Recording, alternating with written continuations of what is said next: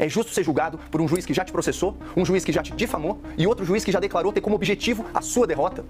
É justo que um homem seja julgado por apenas um tribunal, sem direito a apelar a outros órgãos da justiça? Ou seja, Ministério Público, Polícia Federal, Supremo Tribunal Federal, juristas e povo, todos estariam tentando fazer uma vingança política. Ele passa a ideia de que é uma conspiração que tem por objetivo prejudicar Jair Bolsonaro e aqueles que praticaram a tentativa de golpe que culmina com os eventos do dia 8 de janeiro. Quem são os conspiradores? Quem são os vingadores? Bem, se dirá, Alexandre de Moraes é o principal. Bem, só que as decisões que ele toma são tomadas em conjunto com os outros pares da turma. Bom, então os vingadores são o Supremo Tribunal Federal. Mas a Polícia Federal é que fez a investigação. E a Polícia Federal é um órgão autônomo, pertence ao Executivo e atua com absoluta independência funcional dentro deste campo, conforme todos nós reconhecemos. Então a Polícia Federal também seria um vingador. Então seria o Supremo e a Polícia Federal. Não, mas o Ministério Público, outro órgão autônomo independente, é quem endossou as investigações da Polícia Federal. Então fariam parte Supremo Tribunal Federal, Polícia Federal, Ministério Público. Bem, mas a maior parte dos juristas, embora discorde de um ponto aqui, uma decisão acolá, etc., entende que está mais do que provado o golpe. Ou seja, basta ver os jornais e nós vamos ver todos os juristas, salvo honrosas exceções, que entendem que está absolutamente provado. Então, os juristas participariam também dessa conspiração.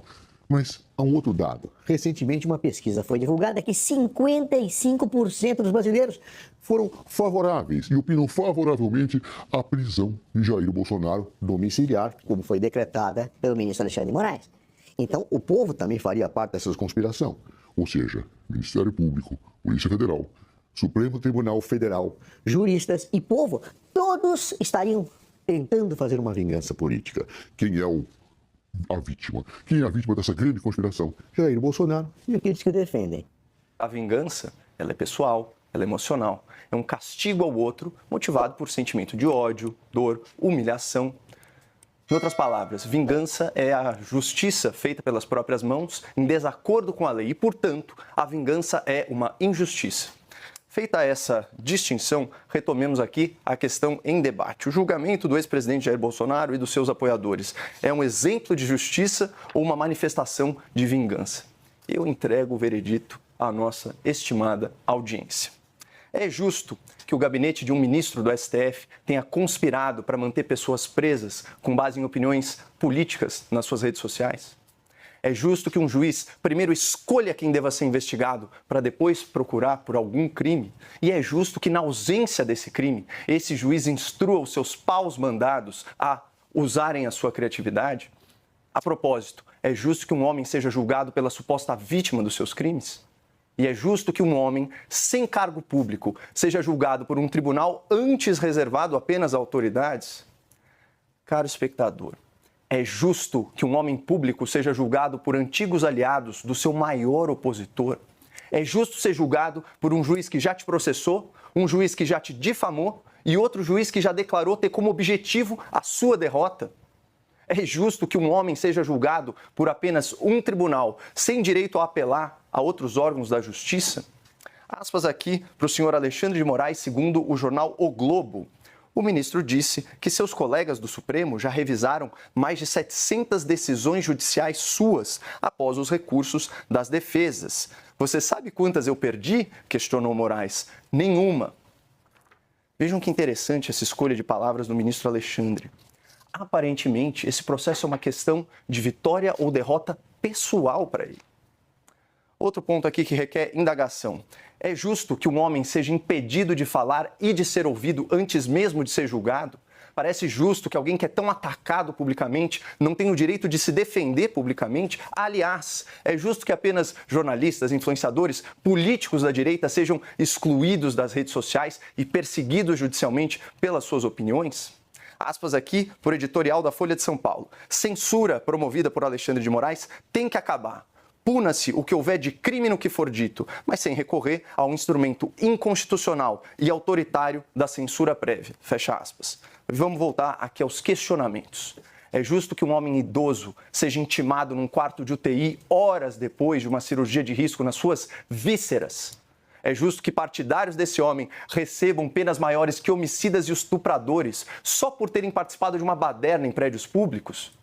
É justo que um aliado desse homem tenha sido preso por meses e torturado na cadeia, mesmo comprovando a sua inocência? E, finalmente, é justo que outro partidário desse mesmo homem, sem antecedentes criminais, tenha morrido sob custódia e sem julgamento, porque o Supremo ignorou os alertas da defesa e o pedido de soltura do Ministério Público? Responda no seu íntimo.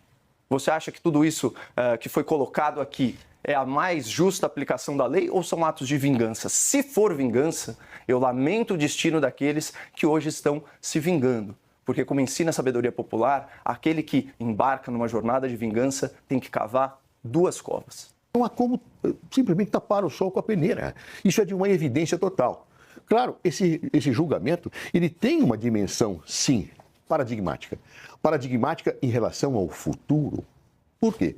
Porque aqueles que tentarem, daqui para frente, se houver a condenação, ofender a democracia, pisotear o Estado de Direito, derrubar governos agindo desta forma, com que Jair Bolsonaro e seus asseclas agiram, evidentemente nós terão que, como referência, algo que diz a democracia brasileira não se submete àqueles que querem violá-la. 42% do público acredita que a maior ameaça à democracia é o poder judiciário.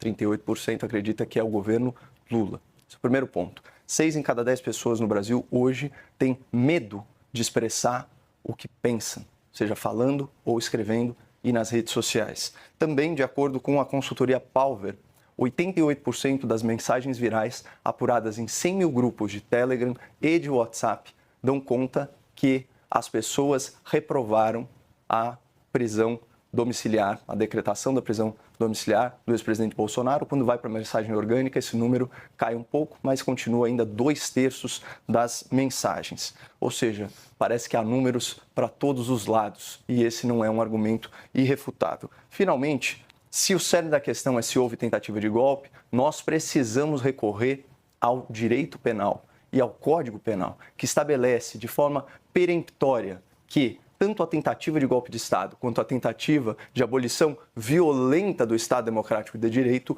exigem para sua consumação ato de violência ou de grave ameaça, portanto, a coação física ou moral de outrem em prol de um objetivo antijurídico. O que as provas nos autos mostram, pelo contrário, é um presidente da República que resistiu a medidas drásticas e, inclusive, garantiu a transferência pacífica de poder, indicando para o comando das Forças Armadas, antes da posse do novo governo, os indicados pelos petistas.